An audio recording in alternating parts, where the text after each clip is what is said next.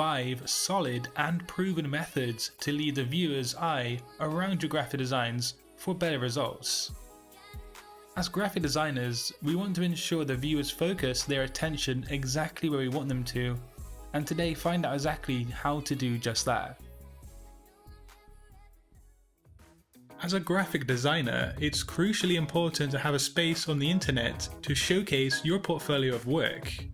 Bookmark offers a straightforward and an easy to use website solution where you don't even need to type out a single line of code.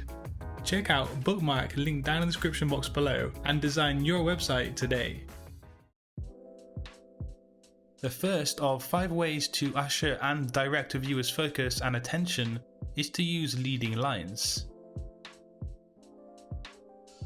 Now, before I show you what leading lines are, let's quickly look at the main forms of line used in graphic design, and also the connotations and emotions they evoke. When using horizontal lines, this will make the viewer feel comfortable, calm, and also relaxed. Vertical lines can be used to show dignity, formality, and also strength.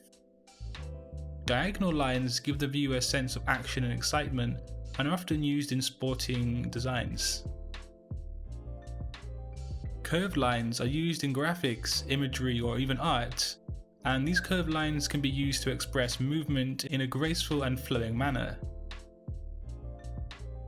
We want to encourage the viewer to look exactly where we want them to, and using leading lines is a great way to do just that.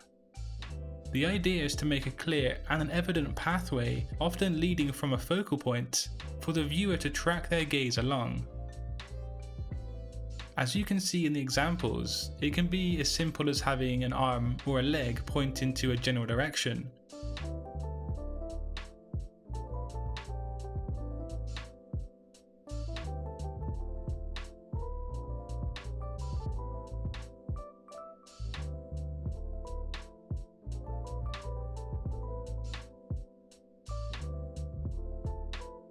Let's find out the next 4 really awesome and useful ways to lead your viewers' attention.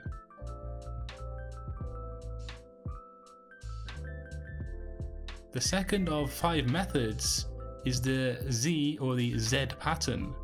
Now, I'm from England, and over there we say Z instead of Z. But anyway, the Z pattern layout follows the shape of the letter Z.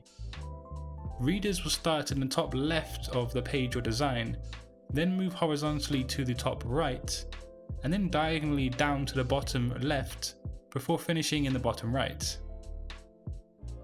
The Z pattern is sometimes called the reverse S pattern, which might indicate more of a curved path as opposed to the hard and straight angled path, but otherwise they're pretty much basically the same thing. This method relates back to how people, at least in the Western world, read a book, and that is from the top left of the page, across, and then downward. It's a natural and an instinctive way that many people view media, and thus this is a very good method to tap into people's attention when making a graphic design, especially for less busy and more simple designs. The Z layout method is very popular among website and UI designers because it allows them to neatly and efficiently lay out the information and the design elements. You can see this on so many different web pages, including, for example, Facebook. Now, by itself, it probably isn't enough, and you do need to utilize other design principles and techniques with the Z layout pattern.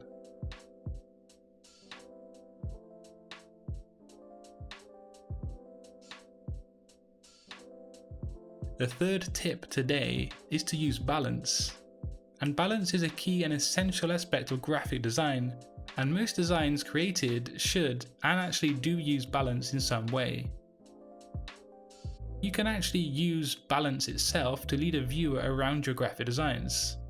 But before we get into that, let's quickly take a look at the 4 main types of balance you can find in graphic design. Firstly, we have asymmetrical, which is pretty straightforward. It's where 2 sets of design elements are mirrored. We then have asymmetrical balance, which is a kind of balance where both sides are not equal in weight and appearance. One side is often dominant and even a focal point, and then the other side will complement the dominance with a subtle and subdued kind of design layout. Radial balance is very self-explanatory, and that's where a design elements radiate from a central point or a central focal point. Lastly, we have mosaic balance, which results from balance chaos, kind of controlled chaos. The composition lacks distinct focal points, and the elements share uniform emphasis. The lack of hierarchy leads to visual noise at a first glance, but it does actually work well together. So how can we use balance to lead a viewer's eye on your graphic design? Well, take for example asymmetrical balance. You can have a distinct starting point for the viewer in the more dominant area of your graphic design. This is an obvious starting point that grabs attention, and then the viewer can be ushered to move their focus to the less dominant parts of the design, the other parts of the asymmetrical balance.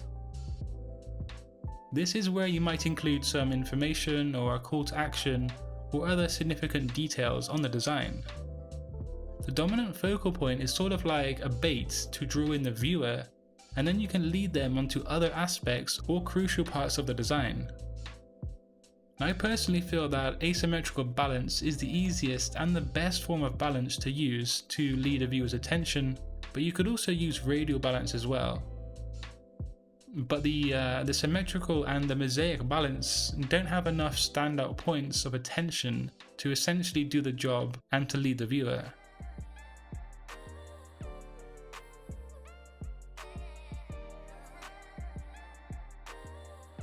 The fourth of 5 ways to guide your viewers around your designs is to use call to action buttons or graphics. These often stand out from a design in terms of their colour and their shape and also their location, and they require the viewer to take note of their context. So for example, subscribing to a page or clicking a link of sorts, that's mainly dedicated to digital graphics, but they also do exist in print media, and they can be represented by a kind of discount or for sale graphics as an example. Now call to actions often stand out, but they often are the last place you want your viewer to land on in terms of their attention or focus. So maybe start with a focal point or other kind of method, and then lead the viewer to that place and that call to action. The idea is to make the icon or graphic stand out and to be appealing, but also they need to be a finishing point for the viewer's journey on your design. This is especially crucial on digital graphics for websites, as you only really want people to click away from the page if it is a call to action or to a link or page within the website itself. On this blue design here, the call to action is the bottommost graphic, so the designer has gone with the idea that the viewer is going to begin at the very top and then work their way down in regard of their focus and their attention.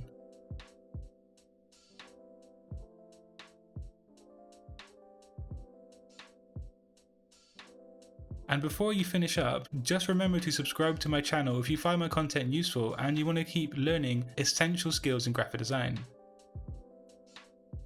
So lastly, we have something I've mentioned throughout this entire video, and that is focal points.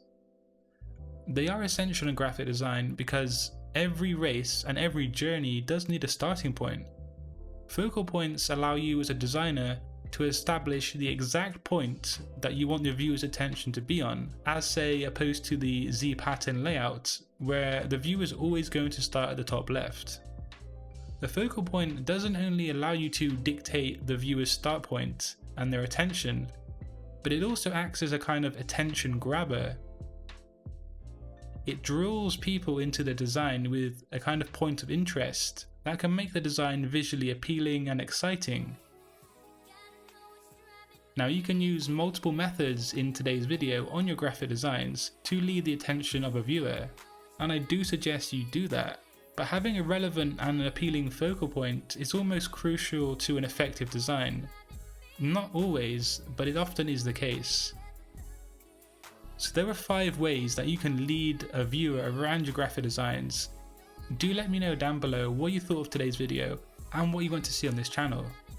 Like and share my content on social media if you do want to help out Satori Graphics, and make sure to have a great day. And until next time, design your future today. Peace.